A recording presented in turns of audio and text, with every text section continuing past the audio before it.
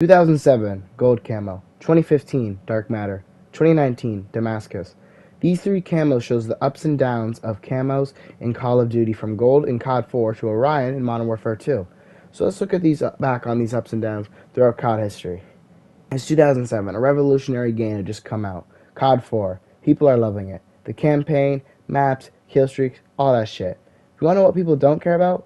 Gold camos. Because it was only on 6 guns.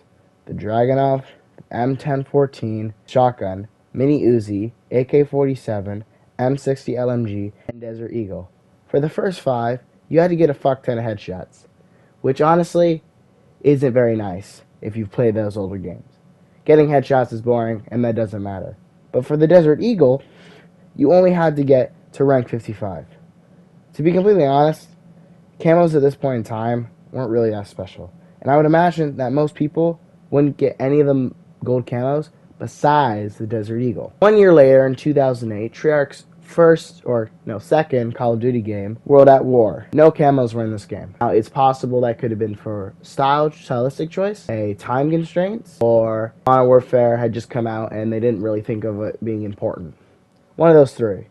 But I think it's most likely due to stylistic choice, because honestly, this is at the point where Call of Duty actually cared about the veterans that they were representing. Unlike about 9 years later.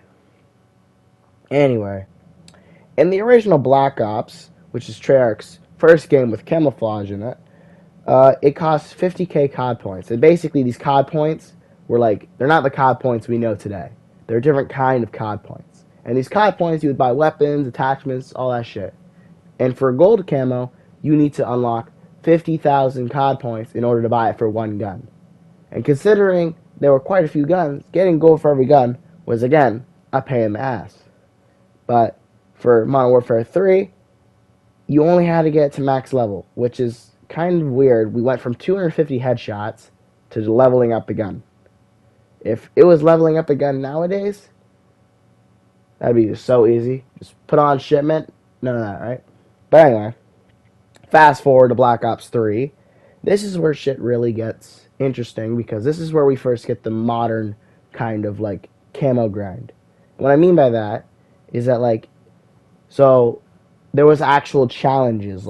For ARs, you needed to get 100 headshots again.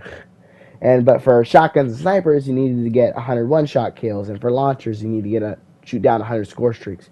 So there was actually different challenges that you could do before just getting the gold camo or the fall camo or whatever it was. And honestly, this is one of the best camos in the history of the franchise.